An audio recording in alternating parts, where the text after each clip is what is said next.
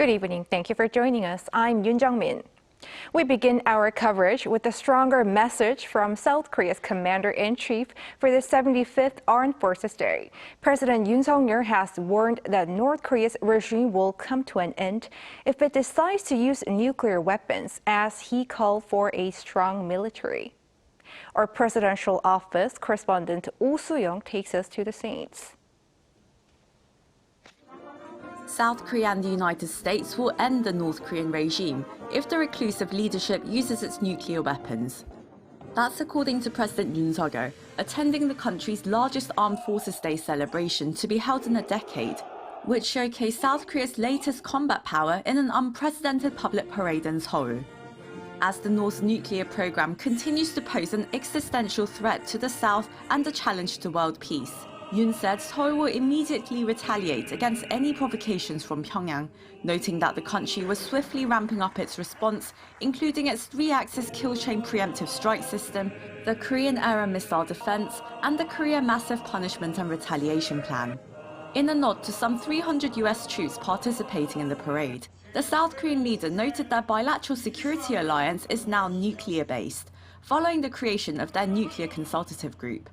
He said the two sides will establish a unified response system that combines Washington's nuclear assets and Seoul's conventional assets, as they also strengthen joint drills and expand cooperation in the outer space and cyber domains. In that regard, Yoon warned that North Korea's use of nuclear weapons would trigger an overwhelming response from the ROK-US alliance, leading to the regime's downfall, adding that nuclear weapons would never guarantee the North's security. He also noted that the North Korean regime's obsession with its nuclear program only adds to the suffering of its citizens, whose human rights are compromised for weapons development. 정부는 굳건한 한미 동맹을 바탕으로 한미일 안보 협력을 더욱 강화하고 나아가 우방국들과 긴밀히 연대하여 강력한 안보 태세를 확립해 나갈 것입니다. As Seoul widens its scope of security interests beyond the Korean peninsula, Yoon vowed to double government support for the defense industry, raising the need to promptly innovate and adopt cutting-edge technology for future battlefields, including space, cyber, and electromagnetic weaponry. Yoon further expressed his respect and gratitude to service members and their families throughout the decades, pledging greater support and benefits.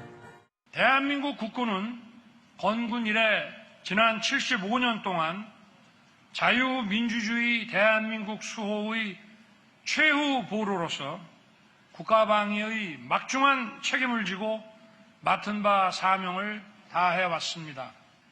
6.25 전쟁 당시 자유세계의 수많은 젊은이들이 대한민국의 자유를 지키기 위해 달려왔다면 이제는 우리 젊은이들이 세계 곳곳의 자유와 평화를 지키기 위해 파견되어 있습니다.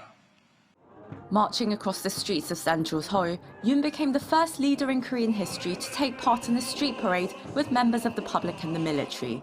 The leader requested public interest and support in the armed forces, saying history has shown how only a strong military can guarantee true peace.